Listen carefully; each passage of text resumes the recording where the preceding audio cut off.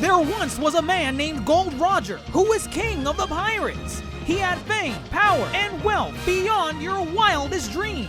Before they hung him from the gallows, these were the final words he said. Our perspective is yours for the taking, but you'll have to join us first.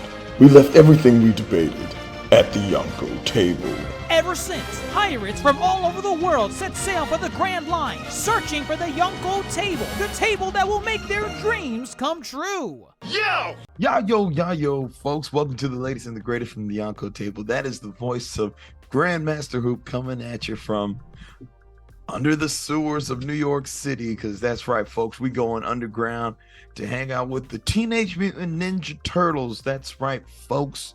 The famous band of Mutant Ninja Turtles that you know and love are back in theaters for the 7th time for the theatrical film Teenage Mutant Ninja Turtles Mutant Mayhem. And here at the Yonko table, we're going to talk about this film because goodness gracious, 2023 has been quite the year with some films. We've had some knockouts this year, and dare I say, Teenage Mutant Ninja Turtles might be up there with one of the best films of this year. But let me stop right now. With me, as always, is fellow Yonko, Dr. Jace Attorney. Dr. Jace Attorney, Teenage Mutant Ninja Turtles Mayhem, one of the best films of the year? Dare I say, the best film of the year? Question mark? Upside down emoji? Oh, I'm kidding. It's in the conversation. It's in the conversation. You cannot have a legitimate conversation on best film of the year without including this movie. I'll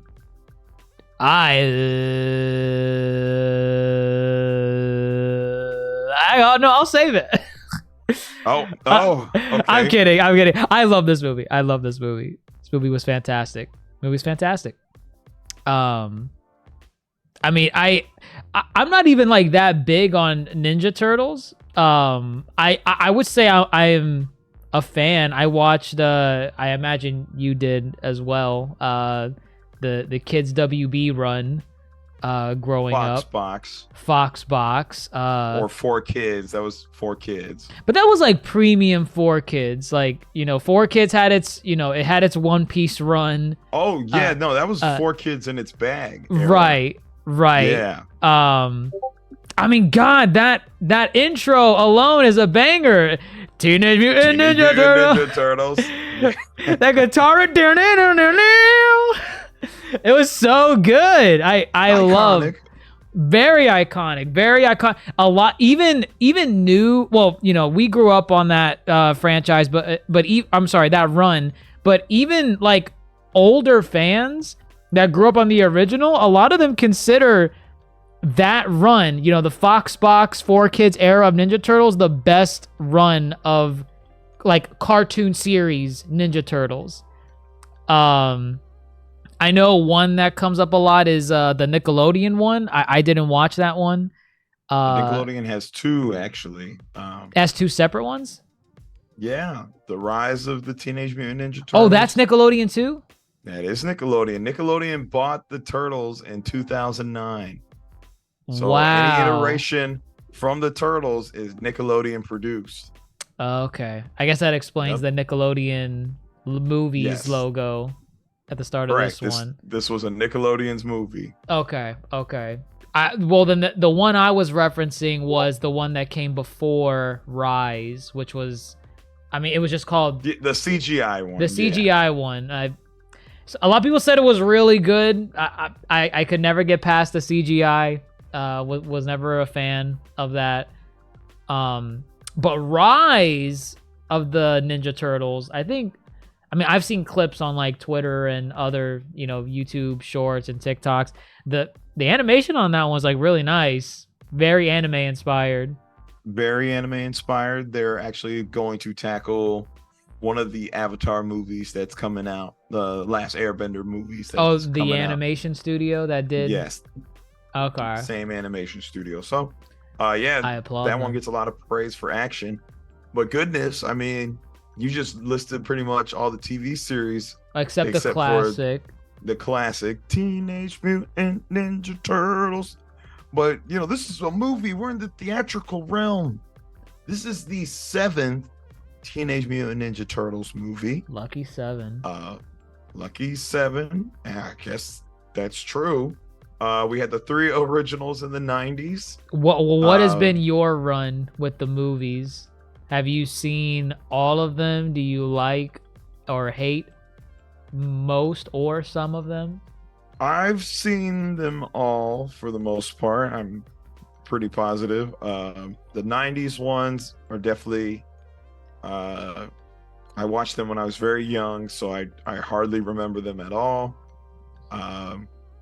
Obviously there was the 2007 one made by like the Weinstein animation group, the oddball of the bunch, but that was 2007, so that was us in our middle school days, and that was one of the, I mean, it's the Mutant Ninja Turtles on TV for our generation, like when we were watching on TV. So it was like, well, if you're a fan, you probably want to go see this movie. So that was my first theatrical film. And then, of course, we have the Bayverse.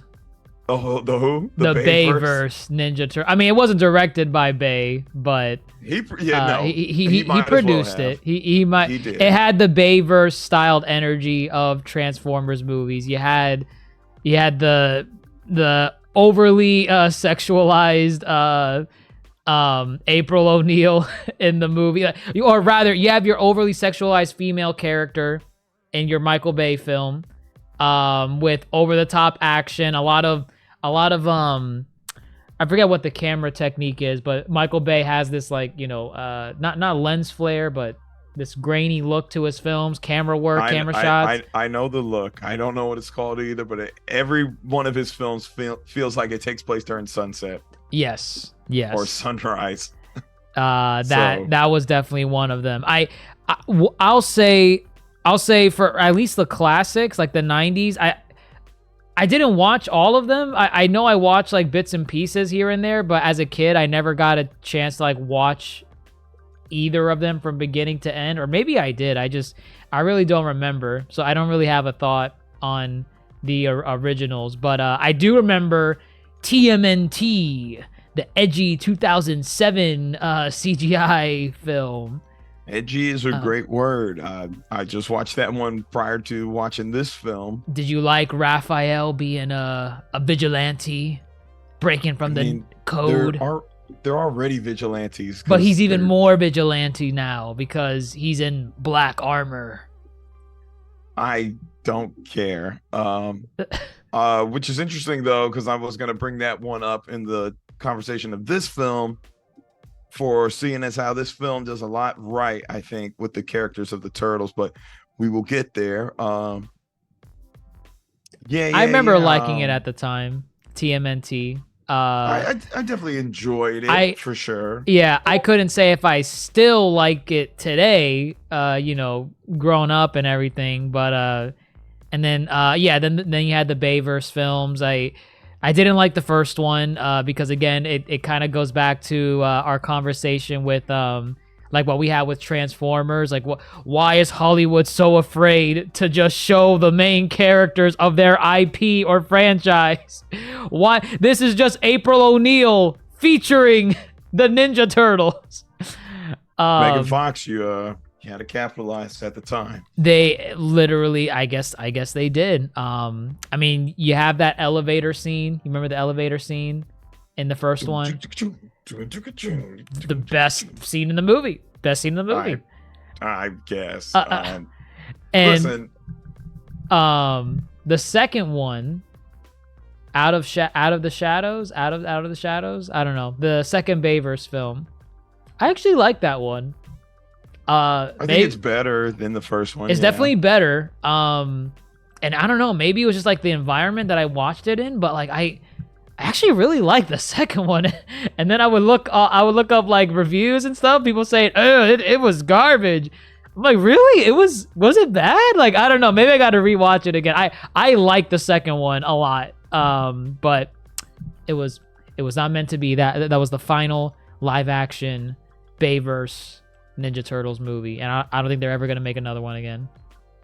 I mean, I'm at a point where I'm gonna say they don't need to. We are 7 Teenage Mutant Ninja Turtle films in, and it for me, I will say, maybe I'm speaking for a lot of people. 6 times we were not blown entirely away by these movies. However, this franchise has so much staying power, like it just never goes away. It's going to be at this point, I'm sure it's already 2 generations in on its fandom, maybe 3, but I just don't ever see this franchise going away. With that all said, this 7th film, I feel, is incredible. I think they did such an incredible job, and I don't need a live action rendition ever. I will take animation because I feel the game of animation it just keeps stepping up. All right. Where a lot of people are finding these superhero films becoming a little more redundant.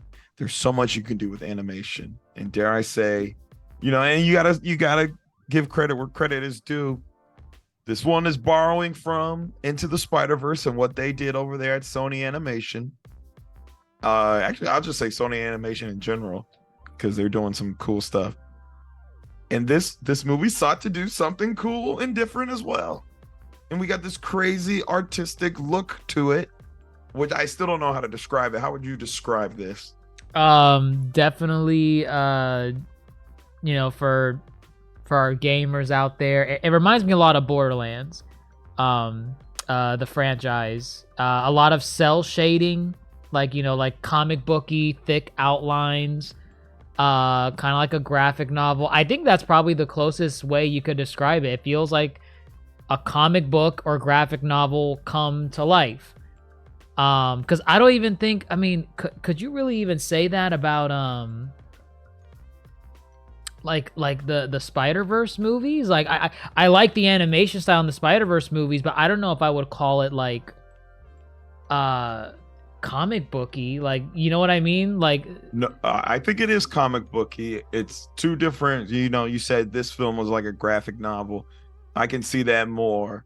I wouldn't say this one's like a comic book, because a lot of the lines, as you said, are bold, and then like there's emphasis on a lot of the lighting. For example, like the neon lights would be moving around the border of the lights. Yeah, like it would be like breathing almost. Right. It was like a painting. This one was very painting-esque. Right. Like the backdrops were like basically water paint and colors. And yeah, everything else was, for me, I described it as a stop motion graphic novel. That's what it looked like for me at times. And then obviously, they're 3D still, which again, I don't know, man, but this is the stuff that we need. Compared to what? That movie's not out yet. Go ahead, say it. What? Compared to what? What, Disney's Wish? Yes, exactly. That movie's not out yet. Yes, we have to watch it when it comes out. And I'm gonna double back on this later. I'm gonna double back on this because I discovered something very concerning about Wish compared to this movie. But goodness, go ahead. But yeah, so this movie already has this artistic style going for it. I also like when movies do this thing where the animation is already so great, and then there's like this random scene where they switch up the animation as far as maybe it's like a deep dive into a character's mind. And like, Donatello's talking about, them going to school, and it's that little like a kid drawing on a piece of paper with crayons. Yeah. I love when movies do that. Yeah, that was pretty good. I compare it to when rappers switch up their flow between verses. I guess it's surprising. It keeps you on your toe, and it's just another testament to the animation style. They're doing things. Like, the animation was definitely on point, and it's the element that got me into the theater to watch this movie. I'll say another thing that got me in, though. And it's the fact that, and again, I'm just going back on what I remember from all the iterations of Ninja Turtles, like at least for the cartoon series. Like when it came to the cartoon series, when it came to the characters and who they're voiced by, like the voice actors, from what I recall, a lot of them were like grown adults, professionals, always. And sometimes a lot of times you needed that. You wanted Raphael to be the grungy, hothead, like Leo, I'm always mad. You wanted Michelangelo to be like Cowabunga, whatever. But that was from the series. This is the first iteration of Ninja Turtles that I've ever seen where they have kids actually voicing the roles of these kids. They're teenagers. They're teenagers. I think we said it best with Donatello in this movie, Donnie. He has such a high-pitched voice. I'm like, wow, these are like actual children pulling off this what would you call it? The four quad I won't say quadrilogy. That doesn't make any sense.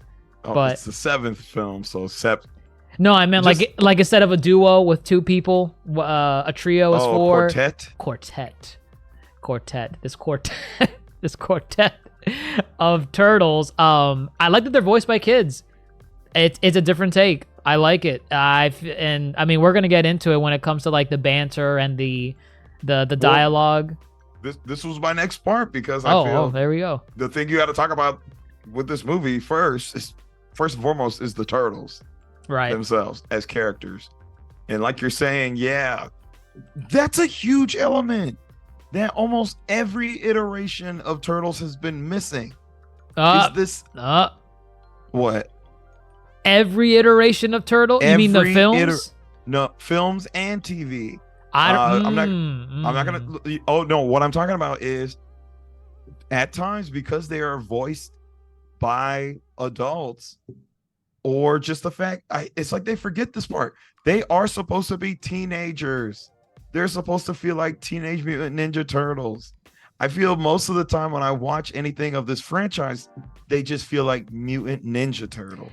Yeah, the teenage, at least from what I remember from our Foxbox 4Kids run of Ninja Turtles, never once did I get the vibe that they were teenagers. I thought they were all grown adults. I forget.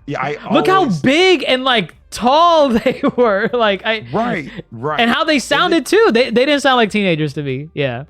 Never. And oftentimes I feel they're never put into situations or moral conflicts about being a teenager, right? Like like love right. They're not stressing over romantic partners, right. They're not worried about fitting in with anybody, I think to some extent they have explored those elements before. I don't want to say they've never done that, but I think I haven't seen it. I've seen them do it. I've seen them dip their toes in it. I think they've done it the best in this iteration, in this movie, compared to before. Because again, you had that added kid element of the Turtles, and I feel like that hits. I feel like who's one of the VAs from the 04 run? Just give me one of the Turtles. Sam Riegel. Sam Riegel voicing a grown man voicing. I think Sam Riegel does Donatello. Yeah. Okay, Sam Riegel voicing Donatello, a grown man voicing a supposed teenager that is struggling to fit in, is not going to hit the same way as one of these children that's voicing Donnie in this movie that's also trying to fit in, because now I have that connection with he's a kid. Like, he's an actual kid, and I actually believe this kid is trying to fit in. This could have been something, well, I'm not saying it could have literally been live action, but this could have been a live action plot in a separate movie where instead of Turtles, you have this kid wanting to fit in because he gets bullied at school or whatever, because he sounds like a kid. He is a kid. I feel like that's important.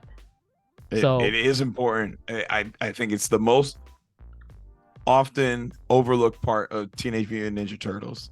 People come into these movies, they watch the Michael Bay films, that, oh man, they nailed the mutant part. They don't look real. They don't look like normal turtles. did you believe the Michael Bay, the Bayverse turtles were teenagers? No, never. Why? Are they too buff? They were huge. They're like 7 foot. Never. And also, people come in here for the ninja part. Michael Bay's people look like they're Rambo, like people trying to go into the bush and start killing everybody. They don't look like ninjas. I don't think they could stealth their way through anything. Probably not. They're fucking stomping every time. No, they're huge. And then of course they're turtles, which is not hard to nail. But this teenage part, I think, as you said, I think it's an important element.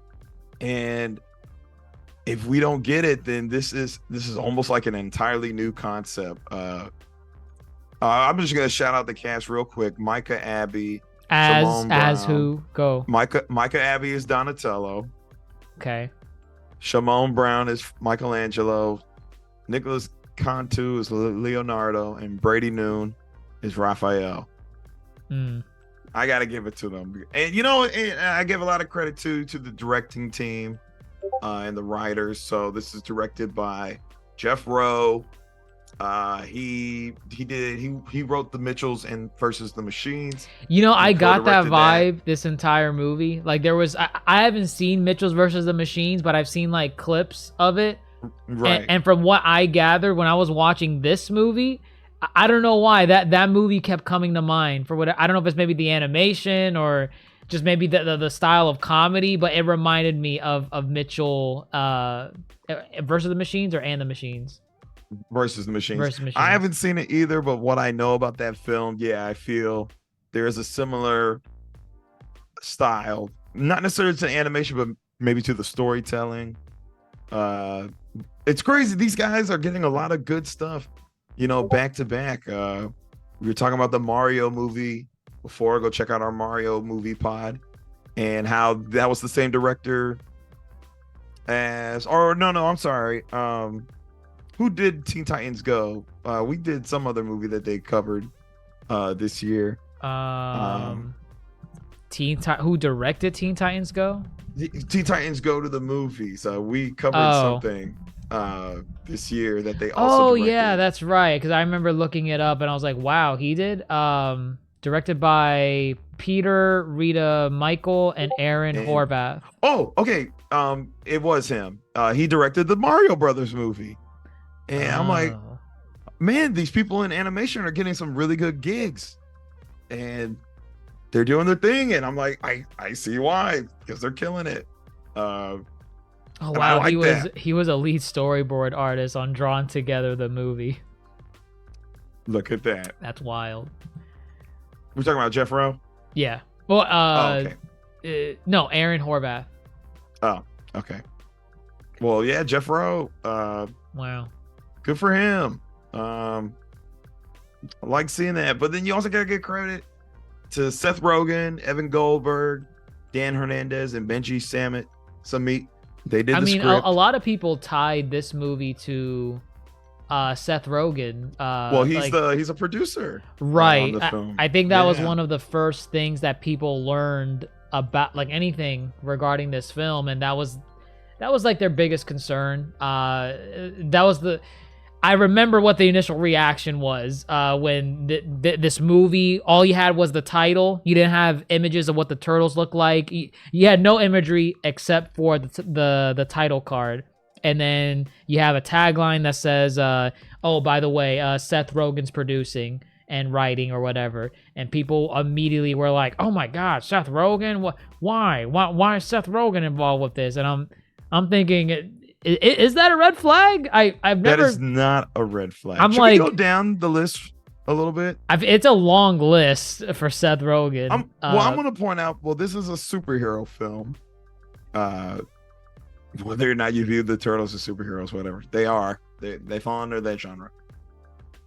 You know what other superhero projects Seth Rogen has done outside the Green Hornet? Which is probably the only bad thing. Superhero projects? Correct. I do not. Oh, this is great. I'm gonna give you two, and that's the only two I need. Ready? Okay. The Boys. Oh wait, you mean wait. Do you mean like he's a writer or he not a writer, but he's been involved in like these series and shows that get picked up. I guess The Boys, but no, but like I'm thinking like because he's not a writer on The Boys. So I'm thinking of like what shows is he involved with, as in like he's producing or writing the show? Producing. He's a producer on The Boys. He's a producer on The Boys. You should have opened with that. That's what I said. You said he's on The Boys. No, I'm talking. And he is literally in The Boys. So when I'm thinking, when you say his name, I'm like, wait, what? No, I'm talking about produced. Like he's involved in projects that he cares about and make sure he's got great people on there. And he did Invincible. He's also involved in Invincible. Yes, this is and also he's been doing great in the latter half of his career. I think he's been really, picking his projects well, and getting the people he needs involved, and they've been. Wow. I think they've been crushing it. He's gonna be an executive producer on a Darkwing Duck series. And I'm I didn't even know that was a thing. I am absolutely for that. That's I funny. think Seth Rogen at the end of the day is a fanboy. And if he's a fan of something, he knows what he's got to do to make sure it is good. And I think Teenage Mutant Ninja Turtles right up there with his bigger fandoms. I think they nailed what should make a Teenage Mutant Ninja Turtle film. And I'm going to say this too, because we talked about it too. Put your actors in the booth together, Right. All our scenes with the Turtles were, from what I read and what I watched in interviews, primarily improv. All of it? Riffing off of each other. There's a good chunk of it that is literally, they said, let's just have them converse and talk like kids and talk and be teenagers. Now, obviously, you got your parameters for how the scene is supposed to flow, but every time there's a pop culture reference in there, I guarantee that wasn't written. So all your Attack on Titan mentions and Forza Horizon. Yep. I guarantee that is 100% them. Now, mind you, you got Seth Rogen, Evan Goldberg. They probably come in and do the Ferris Bueller bit, which makes sense. Right. That's their gen. So I believe that. But yeah, I think that there's an authenticity to this process that they went about that I really think is missing in a lot of iterations of Teenage Mutant Ninja Turtles. People will come for you for throwing TMNT into that. They can come. Because I've been seeing across the board that this is it. People have been putting this film like really above. Have people been putting? I know critics have. What has the fandom been saying? The fandom is on board with this film. And I do want to go find the negative ones and read it, but I imagine this is about to be a positive find. Oh wow, no, yeah. Audiences also are praising the movie. Not 94% out of 500 reviews on Rotten Tomatoes. Yeah. That's it deserves it. It deserves it. It is well deserving. And also I love a film with the turtles where each turtle gets moments to shine. I think about the 2007 film. It was very heavy on Leonardo and Raphael, and Michelangelo and Donatello were basically kind of pushed to the side, and they never really had any standout moments. I feel each of the turtles share the space equally. I think each one had an arc. It didn't have to be anything big, but they each had their moment that came round circle from whenever it was introduced to the finale. And I love that because this is Transformer films. Take note. Your Transformers. No, you have live action and you have this. Live action should take note. This is how you put your Transformers at the forefront. The human characters need to be off to the side somewhere, which this one did a good job with April as well. Despite all the initial not controversy, the Let initial let me hate. the initial hate. Let me clarify that I feel like whoever put together that initial trailer did a disservice on what the human characters look like. Because in the initial trailers, they're only showing April, right? Who's the only human character in the trailers. And when people are seeing April, who has consistently been shown as like, you know, your attractive female character in your cartoon series about Ninja Turtles, they're gonna see April in this instant, and they're gonna say, why does she look like that? Why is she shaped like this?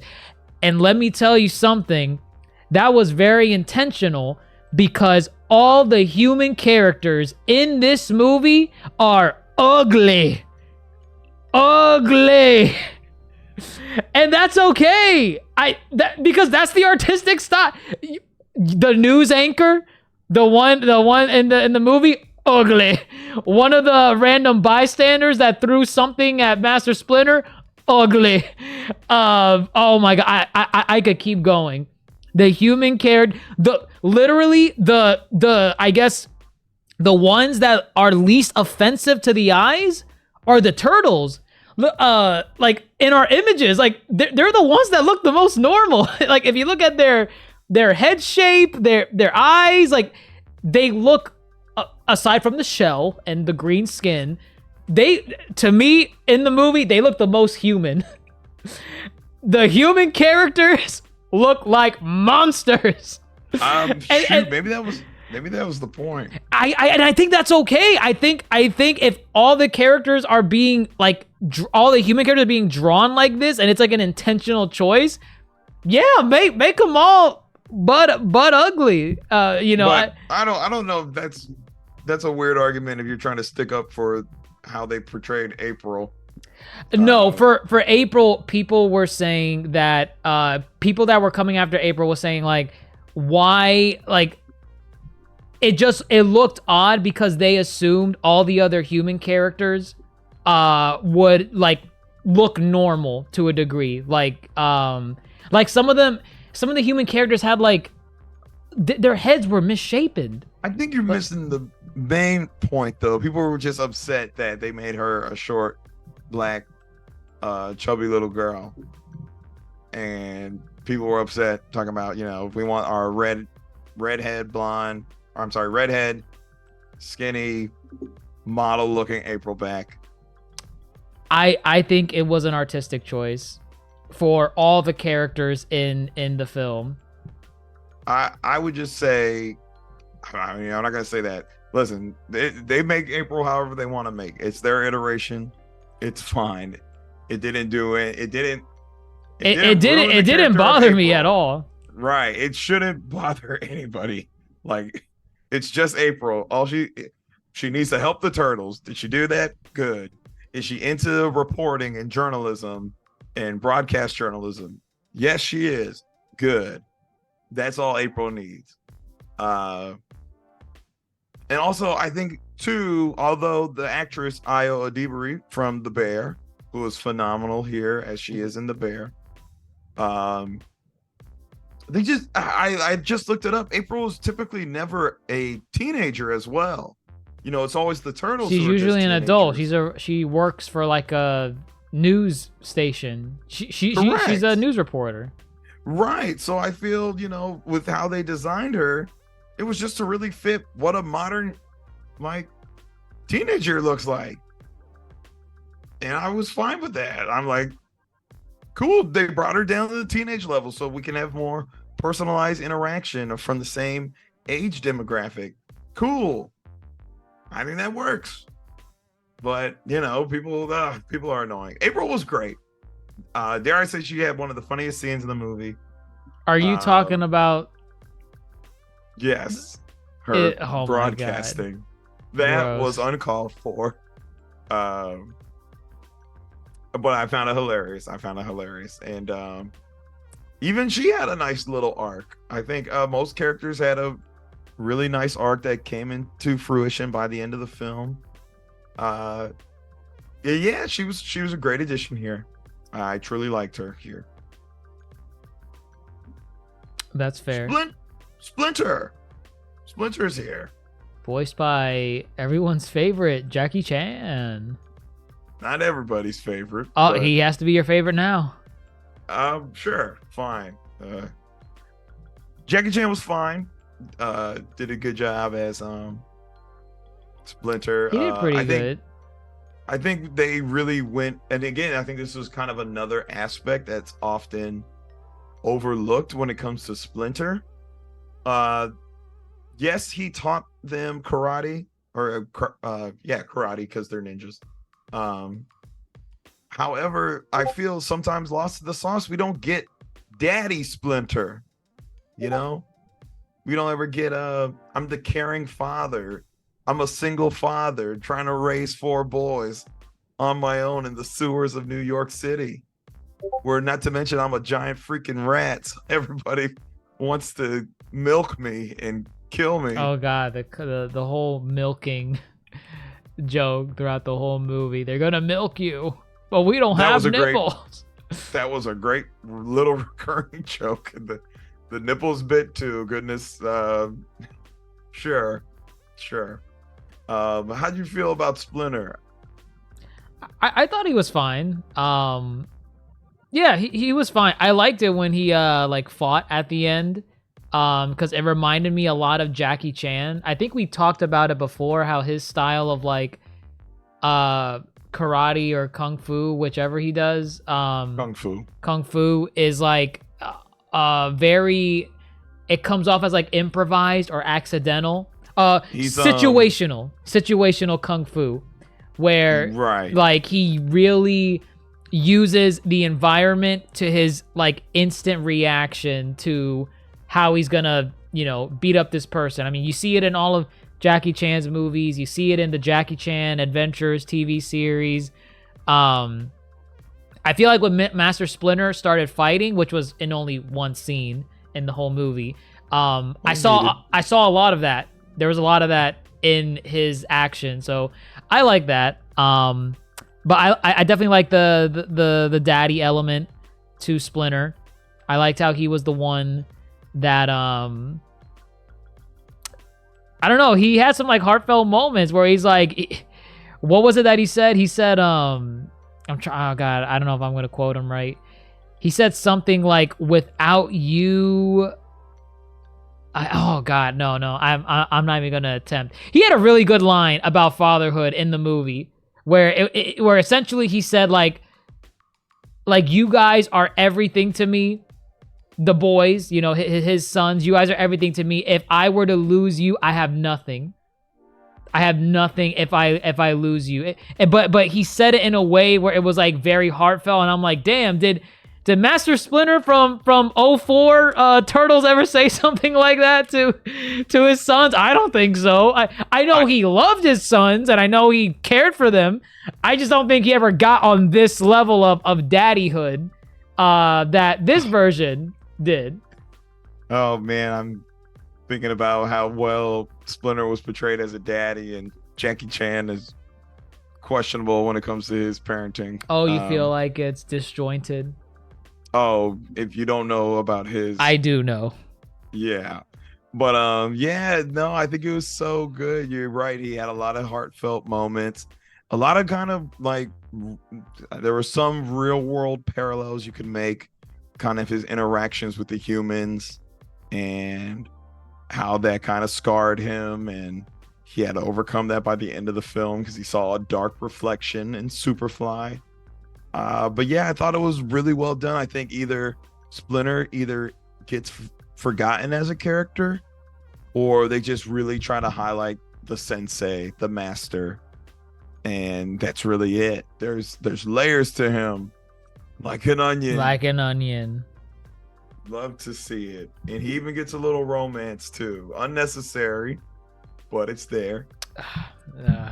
Gross. Yeah, it was quite gross. Let's talk about the namesake of this film, Mutant Mayhem. I now understand. A lot of fun. You understand? I just thought it was like a choice, a name choice, because like, oh, they're mutants. Let's just call it Mayhem. Oh. I was unaware of the number of mutants that were in the movie. And once I saw that, I'm like, oh, that's why it's called Mutant Mayhem. Look, they're all over the place. There's so many. So that now it makes sense. It makes sense. Yes. And this one is definitely, I'd say, more like a deep cut for the true fans. Some of these, I'm pretty sure all these mutants are from the source material. They're from the comics. They're from the shows. They got their start in one. Didn't get their start in one. They got it in the other. This was cool. You're playing with the mythos. I like when, and we talk about this too. We talk about this when, like Barbie movie. Like we want to see Barbie explore the Barbie world. You want to see Mario explore Mushroom Kingdom or the DK Kingdom. Like we like being involved in the mythos. Sonic 2 did a better balance at adding the Sonic mythos compared to the human elements. This is what we care for. The mutants are here. Do you remember Baxter Stockman? He's usually he's the black scientist in all the. He was here. Yeah, he was here. He was here for like 5 minutes, which I'm fine with. I'm okay with that too. Yeah. That's our favorite Gus Fring. Giancarlo, yep. Yes, voicing Baxter. So that was cool to just see him for like 5 seconds before he bites the big one. Just a familiar name for the lukewarm fans. Right. Tyler Perry plays him in the Babers. Tyler Perry played him. Yep. That is so funny. I completely forgot about that. I was wondering, like, I know I've seen him before and other stuff too. Like, where's his character from? But no, he was cool. He was definitely cool. Some of the mutants. Seth Rogen voices the Warthog. What was that? Rocksteady? Or no, that's Bebop. Bebop. Seth Rogen is Bebop. John Cena is Rocksteady. Okay. The Rhino. No, the whole cast. Paul Rudd was the Gecko, Mondo Gecko. Okay. Post Malone was the Manta, the singing Manta. Oh my God! Yeah, I guess that. Yeah. I can hear it. I guess. I hear it. I forgot that was him. I forgot he was in this movie. Ice Cube as Superfly. Oh God, you skipped to the big head real quick. Oh. Rose Byrne is Leatherhead. Hannibal Buress is Genghis Frog. Natasha Demetriou is Wingnut, the bat-looking one. I'm not even good with these other ones. And funny enough, they all had their little moments and scenes, whether it was with the Turtles or Splinter, and they all they each have great screen time. But yes, who did you just say? Cube Ice. Cube Ice, Ice Cube, O'Shea Jackson Sr. is Superfly. Fun villain, I think. Ice Cube. I like his mannerisms. Yeah, I don't know. It's clearly Ice Cube playing this villain, but I feel Ice Cube actually did a good job. I don't know. I bought into the villainy, but all the while I still just kept thinking, this is if Ice Cube was evil, which was fine. I was like, if Superfly is the embodiment of Ice Cube, fine. That's okay. That's okay. It worked somehow. I didn't even know Superfly was that big of a villain. I don't know. Is he? He may be. I don't know. He was the main villain here. The only time I remember Superfly was did you ever play that arcade Ninja Turtles game at like I know the one. The first boss, I think it's the first boss, at the construction site is Superfly. He's there. He's the giant fly that you have to fight. So I because he was the first boss, I always thought of him as, he's just, another like Saturday morning villain. he's no Shredder. Compared to to me, he always seemed like another Bebop or Rocksteady, but I was convinced of him as the villain. I liked how he had a good motivation that was a parallel for what Splinter was going through. Yes. I think that was really good how they portrayed that, because it was Baxter, right? Dr. Baxter made all of them. He had the ooze. The ooze. The ooze. I guess he made Superfly first. Correct. And he was in the process of making all the other characters like Bebop, Rocksteady, all the other animals. But he never, or I guess he started, or something. But either way, Baxter dies. Superfly runs away with the mutants that are left there. And he, raises them for 15 years. Insane. As brothers and sisters. And Superfly wants to use the ooze to... Well, they want acceptance, and their idea of getting acceptance is if they use the ooze and weaponize every animal across the globe and turn them into mutants as well. And I think he said to either kill, enslave, or something else. Basically, destruction of all humans. Right. And I thought it was really funny too, because I don't know, he's just so casual about it. He's like, yeah, nah, they didn't accept us. So I'm like done with humans. We gonna kill them. They made one attempt in New York City to what? What did they even go to? They went to like a rest. No, they didn't go to a restaurant. I can't remember where they went, but yeah, after one failed attempt, they all gotta die. All of them gotta go. Yep. They're all bad. And everyone's like, "Oh yeah, you're right. They gotta go. We're with you, Superfly." And yeah, what a good parallel it was to Splinter, because he even said it himself. He said, "Hey, Rat Dude, help me out. You and me the same. I just ain't no punk about it." Oh my God, some of the backhanded compliments he gave, that was fun. That was so funny. It was unintentionally funny. And I'm like, God, do you want him to help you? Or exactly, yes. Oh my God, that was good. That was funny. But no, yeah, a lot of the interactions with the characters were really funny, really good.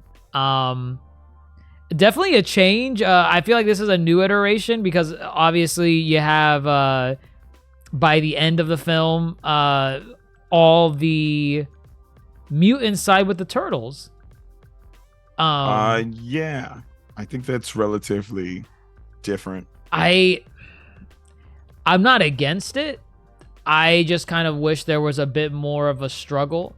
When I say struggle, I wish there was more internal conflict involving that. I feel like they kind of almost instantly switched sides to a degree, where they realized, hey, Superfly, we don't want to do this. Well, they had that battle sequence. They had a battle sequence. I consider that a chase sequence. Okay, it was a chase sequence. It didn't feel like a battle. Like they were fighting, but I wanted like a legitimate battle one where they both. I mean, I wanted the mutants that were on Superfly's side to really come to grips with, oh man, what they're morally doing is wrong. Yeah, what we're doing is really wrong. But I mean, Superfly has been there with us from birth, literally, and I mean, we're not just gonna abandon him and not, go along with his plan. I mean, technically his plan would work, just saying. And then they proceed to fight the turtles, and like through whatever moral dilemma they have in the middle of the fight, they all realize, you know what? Nah, we can't do this. We can't do this. I wanted to see them fight Bebop and Rocksteady. Like legitimate fight that damn Rhino and Warhawk. Because look how big they were. I'm like, yo, they're going to fight these two and win? How? And I felt like I was a little cheated out of it because I didn't get to see that. Because now they're on their side, and I don't see them ever fighting them because, they're friends now. Why would they fight? I think there's an opportunity for them to further explore these relationships with the mutants. I would hope they're leaving that for a sequel. This is also supposed to get a TV series that they might explore that in as well, which might be oversaturation. I probably would just prefer a movie, unless it's like the same animation going on in the series. If not, I don't want it. But yeah, I would say the mutants probably took the biggest backseat, and obviously there were a lot of them. Some of them were just played for laughs, and yeah, as iconic ones like Bebop and Rocksteady probably deserved, I think, a little more screen time. This film probably could have just benefited from maybe like 20 minutes more, just to give us more time with the mutants, as you said, kind of dangle that morality in our face and then let them choose how they're going to operate. I would say there are scenes, though, I think that do justify the ending of the movie where they switch, they spent time together in the bowling alley. There were human things that they enjoyed, so it was like, maybe this is not a great idea. But yeah, I think this movie could have stand for at least another 20 minutes. But I will say, I think it was excellently paced. Thought the movie moved from point A to point B very well. But yeah, maybe just a little more time with them, though. That would have been good. But I think that's also another bit that gets lost. The mutant side of things. I think typically the most we get is always, the Turtles and then a couple of other mutants. But it's just Turtles versus Shredder. Watch out for Shredder. Oh, God, I love that bit in the intro. What is it? There's no one better. Turtles, watch out for Shredder, Turtles. I did like that bit too. And then there was that season where they killed him, and Mikey's like, "We beat Shredder." What do they say? So it'll be like, Turtles, there's no one better. Turtles, we beat Shredder. Oh, that's right. He's holding his helmet in the intro. Yes, that's right. That was like one of the few instances where like they showed like decapitation in a 4Kids show, because Leo cut his head off. And mind you, Shredder was like, I think later revealed to be like an alien. The alien. Yeah, yes. But at the time, they thought he was human. And in a 4Kids era show, Leo cuts with his blade. He cuts off Shredder's head. He's like, "You gotta go," and he cuts it off. That's insane. That's insane. You just want to talk about the 2004 show. It's the best run. It's the best run. They could fight me in the comics. It's the best run. I don't know if it's better than this film, though. It's the best series run of the Turtles. If you're going to talk about films, this is the best film. I know some people like to go back and retroactively rewrite history and say that TMNT was underrated. No, it was rated. It was fine. It was fine. The Leo and Raph bits were good, I guess, but you're missing that other half. There's 4 brothers. It's not 2 brothers. There's 4 of them. There's 4 of them. So sure, they nailed Raph and Leo. What about Mikey? What about Donnie? What about all these other characters? No, you see that this is the best theatrical Turtles representation. And I want to see a sequel with these versions. I imagine with a potential sequel, they're gonna be older, a little bit older. They'll still be teenagers, but with the natural growth of the actors that are playing these characters, I mean, their voices are gonna get deeper. They're gonna drop a little bit, and I feel like that'll be represented in their portrayal of the characters. Like, they'll be self-aware. They'll be like, "Hey, Donnie, remember when you had that high-pitched voice?" And like, he'll probably have like I don't know, he'll speak like Kratos now in the sequel or something. Maybe Atreus. Maybe he just a little, deeper than what Atreus was. It is not the weapon, it's the man. Sure. I doubt it'll be that drastic. However, I would love to keep this cast as long as they can. I think there's authenticity to it. Just their chemistry. I would love to see that chemistry recreated in a sequel. I hope it's not the TV series. I'm team. Just give me a movie. Why do you think there's a did they say they're doing that? They said it. Yeah, that's right. Wait, what was it that they said? Because I remember sending it. There's two things. One, with this movie, Mutant Mayhem, they want to continue with a sequel, and they also want to develop a TV series based on it. Oh God, a TV series? Now there are cases where this can be done correctly. I don't know, though, man. It's going to be a dip in animation. I can imagine. Yeah, no, I'm not for it. A movie, yes, 100%. A movie, yes. A sequel, but I will. Did you ever watch the any of the How to Train Your Dragons series? Garbage. No, the fandom actually really likes them. The fandom is wrong. The fandom really likes them, and the movies actually pick up some of the story places or things that happen in that series trickled into 2 and 3. Wow. I can't give you major specifics, but they do. If they could give it that treatment, I'll be on board. Or maybe because this is Paramount. Let's see how... This is different.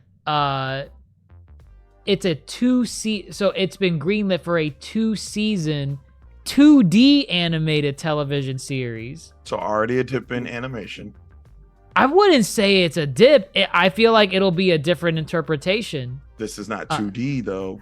Right, this movie is not 2D, but because it's not, and the series is gonna be, I would like to think that they're going to do something unique with the 2D.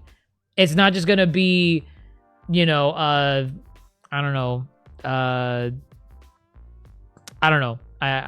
blanking. Like 04 Ninja Turtles again, but 2D or something. I'm not expecting much. If it was 3D, that's where I would say I'm not expecting much, because there's for a TV series to be in 3D, especially they greenlit 2 seasons. It's not even just 1; it's 2 seasons. Nobody can wait anymore. We can't just bask in this gloriousness that was this movie. No, we already gotta start thinking ahead. I'm thinking that because it's 2D, it's gonna let them be more expressive in their animation compared to if they stuck with 3D, it was gonna look terrible. It was gonna look terrible. Probably, yeah. As a series. Since it's 2D, I have more hope for it, because I imagine the animation will be a lot better for a series, because there's no way they're gonna have movie quality 3D animation in a series like that. And probably as long as they have the same writing staff, the same the same storytelling, I'm here for it. I'm here for that series. It'll be on Paramount Plus, your favorite. I think it's not my favorite. I think Seth Rogen and Evan Goldberg and that team they put together are here for the long run. I think they'll be with this franchise iteration every step of the way. So I'm sure they'll probably be involved, which I'm excited for. The film left a lot of they tied the film up really nicely with the ending, but there's some things they left out. We did get a post-credit scene. I love that post-credit scene. The post-credit scene is actually a little layered. Maya Rudolph's character, the professor who was milking them, Ultram. Does that ring a bell to you? Ultram? Is that's not the alien, is it? That is the alien. It is the alien. Okay. Yes. So wait, what was Ultram? That was her. That was her name. Oh, her name was Ultram? Like Dr. Ultram. So she's of that alien race then, I guess, if you're going by names. They haven't confirmed it, but I think it's safe to assume. Wow. I feel like there's a lot of references. They kept showing that. Oh man, Tritech or the company or whatever. Yeah, they kept zooming in on they kept zooming on the name. Like, do you know what that's part of it? The alien people? The alien? I don't know about that, but I've looked it up. It's part of the mythos. It's a known organization. Okay. In the mythos. I figured it was, but you're not aware of like what it's referring to. Okay. No. Then also, of course, Shredder. They didn't even keep you guessing. They're like, it's him. No, I definitely like that. Because first off, coming into this movie, I just assumed Shredder was the villain. I did not see really too much of the trailers. I think I saw all the trailers. I don't remember if they ever shown like who the villain was, if it was Superfly. They have. Then I haven't seen all the trailers then. So I went in here thinking that it's got to be Shredder. And then once I saw the whole thing with like Superfly in the first 20 minutes, I'm like, oh no, this is much better than just having Shredder right out the gate. This is a lot better because I'm telling you, for a sequel, it's going to be a 2-parter like Spider-Verse. Oh gosh, it's going to be. No, mark my words right now. I can guarantee you it is going to be. They know who Shredder is. They know he's the Thanos of the Ninja Turtle mythos. Whatever happens in the second movie, he's going to beat the crap out of the turtles. He's going to humble them. He's going to humble them real quick. And whatever trials and tribulations they have to go through, they'll go through it and re-tackle him again in the second squeakquel, the third film. I think it's smart to hold off on Shredder. I call it the Batman Begins approach. They hold off on the big villain that everybody wants, set them up for a sequel, build the world around it before introducing the guy who's going to destroy it. I'm okay with that. I wasn't even thinking about Shredder watching this movie. I was just so engrossed with what the Turtles had going on. I almost forgot about Shredder. And funny enough, too, I was thinking the 2007 film, Shredder's not in that either. Yeah. Wasn't he like it? Okay, that's what I was to say. He is mentioned, though. He's mentioned. Yeah. At that point, he's dead. Yeah, he's gone. That was the whole reason why Leo left, right? Like the city was safe. No, Leo went to go on a training. But he was allowed to leave because Shredder was no longer a threat to their city. So it's like, oh, okay, he's gone. We're okay. Just, not fighting anymore. Disperse. They didn't really say all that, but he's not in the movie. And he wasn't in the first Michael Bay film either. Shredder? Yes, he was. He was the villain. Oh, well, they basically hit him. Played by, oh my God, what's his name? I always get them mixed up. Not Kevin Bacon, or maybe not Kevin Bacon, but what's the other one? Kevin Bacon, who played the villain in Moon Knight? Who was the villain? The main villain? Not Ethan Hawke. Yeah, that's not Ethan Hawke. It's Kevin Bacon? In Teenage Mutant Ninja Turtles? No. To play Shredder? Who plays Shredder? Who plays Shredder? William Fichtner, but he's not even like Shredder. He was like the fakie because they changed it last minute when they said Shredder shouldn't be a white guy. Yeah, I remember that. That was a whole controversy. Right. And they made him, I think they made him Japanese in the... They did, but they were about to make William Fichtner be Shredder, and they were like, you better not. That's funny. That is funny. I'm glad they listened. Well, I mean, at least he's here for the next movie. So we're overdue. Shredder for the Mutant Mayhem sequel. But I mean, I guess going back to the film itself, I like the music.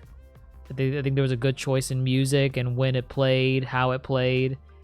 They had Soundtrack was good. Soundtrack was good. They had a really cool shot where and I mean, you liked the hand drawing for the animation, where like Donnie was drawing that stuff when they were going to school and how school life would be. Correct. I like the scenes where for me, it's when they switch between different scenes seamlessly to show like a time lapse. So like, for example, when April gives them the task of trying to find out the location of Superfly, she sends them to like 4 different thugs locations. That was creative. Yeah. And that fight scene where they're fighting and I love this, that so there's like 4 different villains, and for each villain a different turtle led the charge into that. That's what I'm talking and about. It was so good, because then when they start fighting, like you have a camera angle where it's like the camera is like panning, and then at like, I guess if Leo's the one fighting the Asian lady, then it just seamlessly swaps to Raphael beating up the toupee guy, and then it's like it was just, you just have to see it for yourself. For those that I'm trying to describe it to that haven't seen it, that was a really good shot. That to me was probably the best shot in the whole movie. What also made it so good was that, again, turtle movies need to be about all 4 of them. I felt they each got equal shine. You got to see their different fighting styles, you know. Donnie was getting handy with the bow staff. Mikey was having fun and joking around kind of in his fight style. Leo was pretty straightforward. Then you got like Raph was just tossing people and tackling people. And it's just really fun, that shot, to go back and forth. And then I just love how they each felt like they're sharing the stage. And I feel sometimes that gets lost in these turtle outings. It's like, oh, it's a Leo movie. Oh, it's a Raph movie. No, I feel they were on par. It's a Turtles movie. Correct. Oh, and then the fight choreo was pretty good too. I like how they started out pretty inept, very Miles Morales, and then they got better with time. Or like they started, like, you know, it was just a stick to Donnie before, then he was really starting. Why am I the only one with a stick? Which I feel like, I think we all said that as kids. Like as kids, no one wanted to be Donatello. No, because he just had a stick. You either wanted to be Leo for the swords, or I guess Raph because he's like the badass of the group. Some people wanted to be Mikey. Mikey was cool, but Donatello, you know how this was. Our Ninja Turtles. What? Oh God, how to word this? The way Ninja Turtles was for boys was the way Cheetah Girls was for girls. Where for Cheetah Girls, everyone wanted to, like, for girls, if there was a quartet, you know where I'm going with this. Which Cheetah Girl do people not want to be? Who do you think? Who, Dorinda? Is that the blonde one?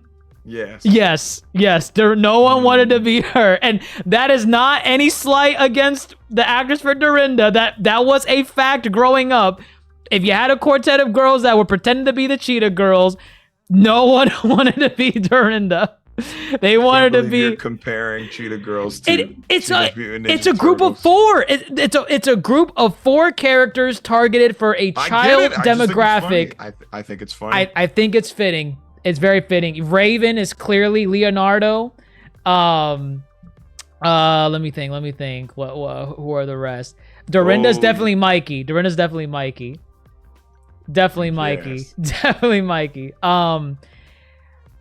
Who does Raven get into the most bouts with?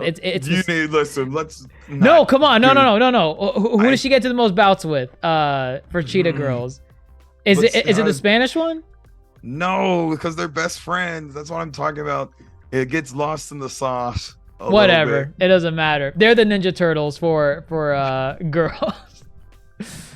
But I don't even know what we were talking about before you sidetracked us with Cheetah Girls. I don't know why you brought this up. They're on par with each other. It doesn't feel like anyone's being left out. No one feels left out. Right. I'm glad they did it this way. Because I don't know if you know about the canceled sequel about the TMNT 2007 movie where there was a planned sequel that they were gonna do, but it was gonna be about Mikey, and I don't know what the general plot was, but like the ooze was gonna like demutinize the other brothers.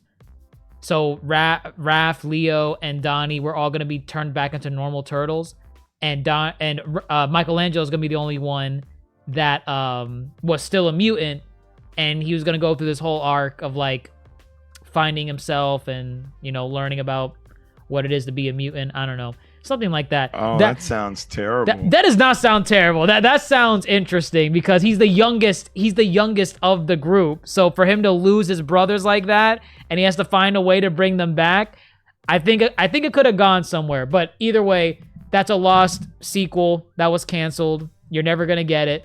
But the reason why I bring it up is we were mentioning how TMNT 2007 was focusing on Leo and Raph, and the writers were probably thinking, oh, don't worry, guys.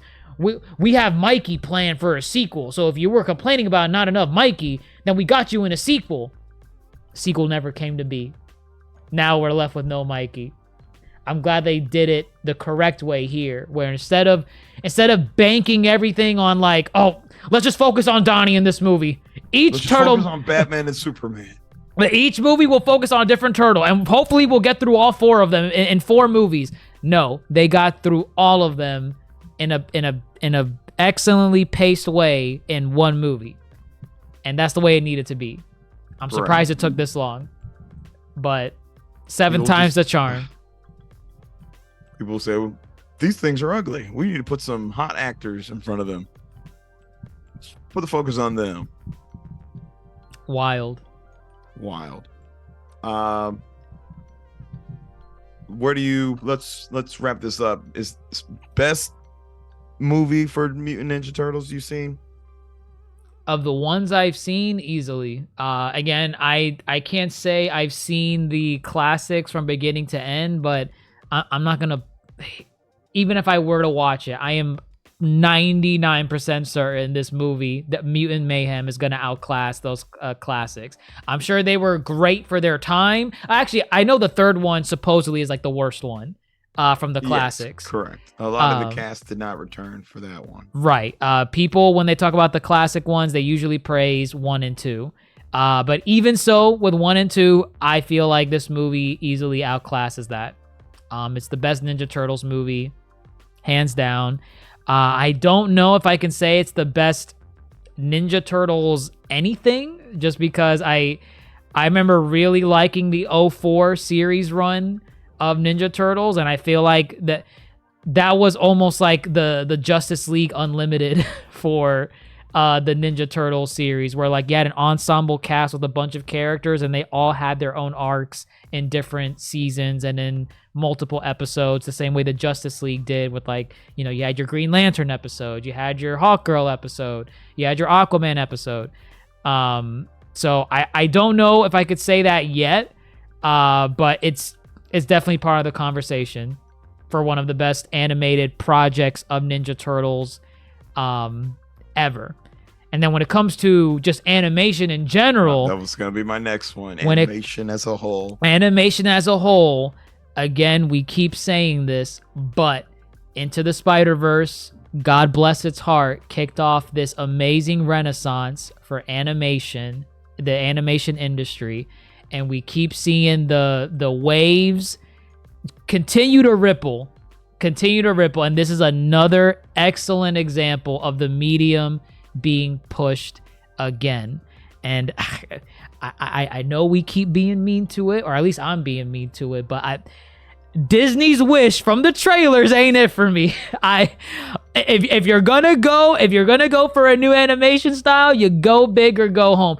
This is what I was gonna bring up very briefly, because I said I was gonna bring it back up. Sure. Excluding what you saw in the movie, if you're just looking at the trailers of both films for Mutant Mayhem and Wish, which film do you think cost the most to make? budget wise? Probably Just from what you see, like, oh, whoa, for animation. I have no idea. I don't know. I'll help you. Ninja Turtles, right? Ninja Turtles look like it costs more just because. Wow, look at what they're doing. I just don't know how much it costs to make what they're doing. I'm not asking how much. I'm just saying, like, from what you can see visually, which one just looks like the okay, I'll help you. Ninja Turtles looks like the more expensive movie. The point I'm trying to make is the budget on Mutant Mayhem, which I was shocked by. I did not know this. The budget on Mutant Mayhem was $70 million. Insane. That's not too bad for an animated movie. There's been worse. There's been most animated movies that make waves these days. They're easily in the hundreds of millions. Most of them. So 70 million. So 70. That's not bad. Right. That is insane considering what the spectacle we saw compared to Wish, which again, Wish is not out yet. I'm willing to give it its fair shake once it comes out. But Wish has a budget. Do you want to guess what its budget is? 150. 200. 200 million. Which is, I guess. And if I'm just judging based on visuals, ain't no way I'm thinking Wish cost 200 million versus Ninja Turtles 7 million. Insanity. Absolute insanity. But again, Wish has only had a trailer. We haven't seen the movie. Maybe it does stuff in the movie that makes it, balloon its budget. I don't know. What we saw in Mutant Mayhem, my mind was thinking like, Jesus Christ, like what? Like easily in the hundreds or 200s of millions. You'll be surprised. I mean, Across the Spider-Verse, I think only cost.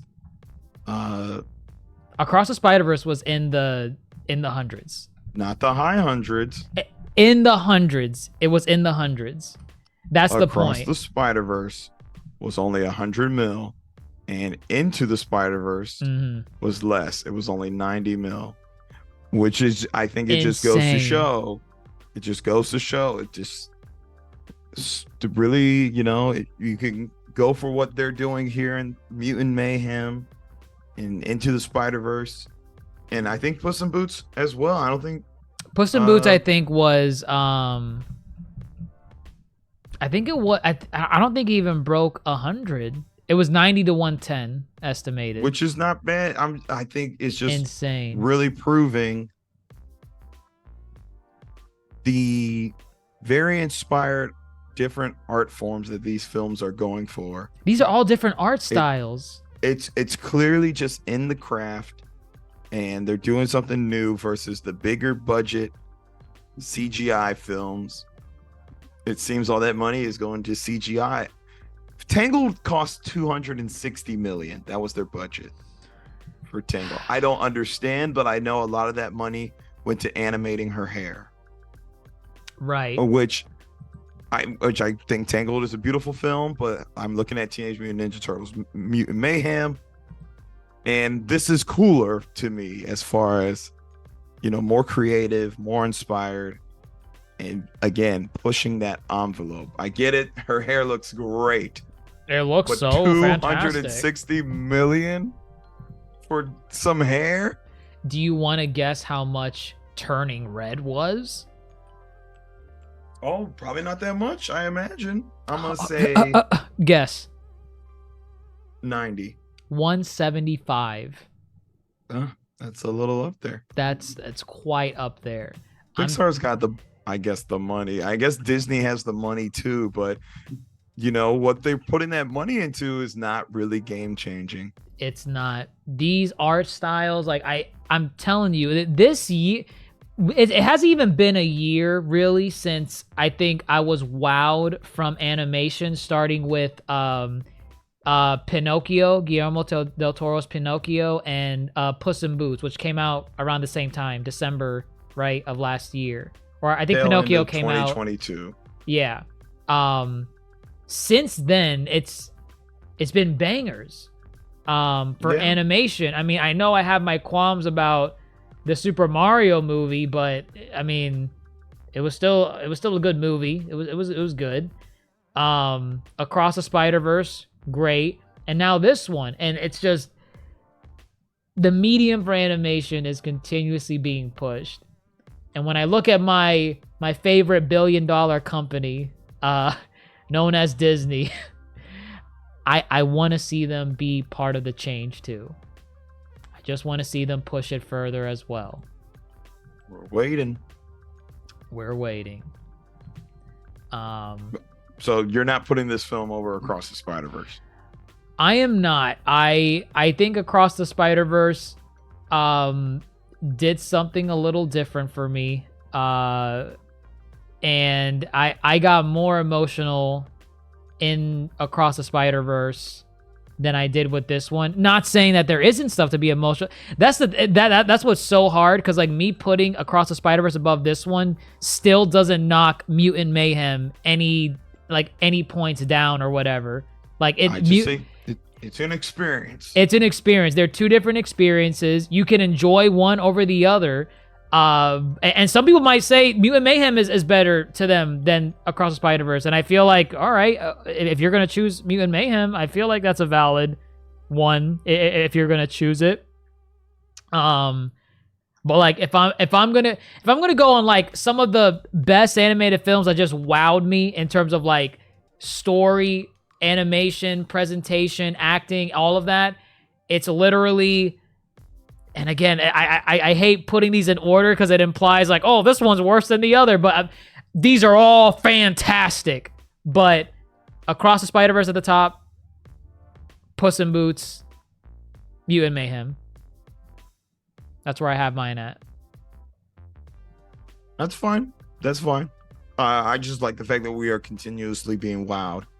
And it's not from the mouse. It's from all these other groups who are really stepping their game up. I'm happy for them. Yeah, I'm happy. I'm excited to see what else comes more from this franchise. Turtles are back. Shoot, I think I might go watch some Turtles right after this and see what all the hype was that I was missing for the other. What, like the cartoon series or what? Yeah, like the 2012 one. I'll look into that. Just to see what people were thinking. Rise of the Teenage Mutant Ninja Turtles. I'm kind of on this turtle train now. I want to see if it stacks up to this movie. This movie is the bar. This movie is the bar. Definitely give it a watch. It's part of the conversation for best animated film of 2023 easily. Oh, absolutely. Yeah, because I mean, there's really only 3 contenders for the most part so far. This, I think, Elemental, and not including streaming movies. I know a lot of people liked that one movie, right? Nimona, yeah, which can be nominated as well. Right. I've mainly only seen the theatrical runs. But yeah, it's just shaping up to be a nice little race for animated. Cool. Oh, Mario movie, of course. That is not part of the conversation. It will be part of it. It's fun. Yes. It's the highest grossing movie of 2023. It will be part of the conversation. You might as well say Minions is also part of the conversation. Ain't no Minions movie this year. Whatever year Minions came out, you might as well say have them in Minions is one of the best movies ever created. You can have them in the conversation. Disgusting. It's okay. It is if not. It makes money, it did something right. Oh, so interesting. The Minions are enjoyable. They're not great films. They're enjoyable. The Twilight Saga is great. That's not animated. If it made money, it did something right. It could be in a conversation. It did do something right. It attracted a whole fan base. The original Percy Jackson films? They did not make money, and it was not well received. So you like those movies? I've only seen one. We digress. Teenage Mutant Ninja Turtles, Mutant Mayhem. I think we're good here. We're gonna close this sucker up. definitely if check this one out. If you made it this far in our review, I mean we weren't too crazy on the spoilers, but yeah, just it's an experience. It's an experience, and of course, if we want to see more of this stuff, pay your writers, pay your actors. Across the Spider-Verse Part 2 on an indefinite hiatus.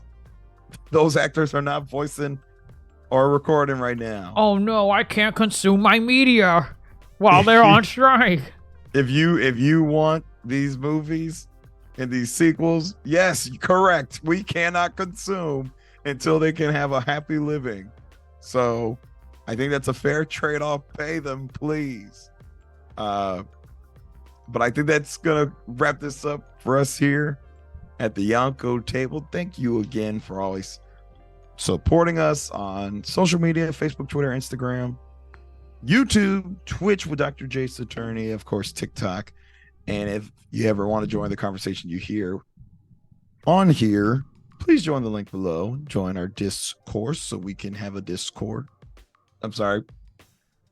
Stop that. Flip it, reverse it. Gross. You get what I mean. And again, yeah, thank you for listening on your various podcast stations as well. Spotify, Apple Podcasts, Google Podcasts, wherever you get your podcast. Thank you for listening. And that is it from us. I am your host, Grandmaster Hoop, fellow Yonko, Dr. Jace Attorney. How shall we end our Mutant Mayhem? With the worst intro out of the original series. Teenage Mutant Ninja Turtles, Teenage Mutant Ninja Turtles, Teenage Mutant Ninja Turtles, turtles and a half shell, turtle power. Which is just pretty much a cover of the original, but it's worse. A hip hop flavored. What about Back to the sewers. Ew. Back to the sewers. Teenage Mutant Ninja Turtles. Back to the sewers. Gross. Can you do fast forward? Fast forward. We're running out of time. Fast forward. It's gonna be sublime. Teenage Mutant Ninja Turtles. Something like was that actually it? It's something like that. It's something like that. Ew. Yeah, it's not gross. It's not good. Right. Or how about go ninja, go ninja, go, go ninja, go ninja, go.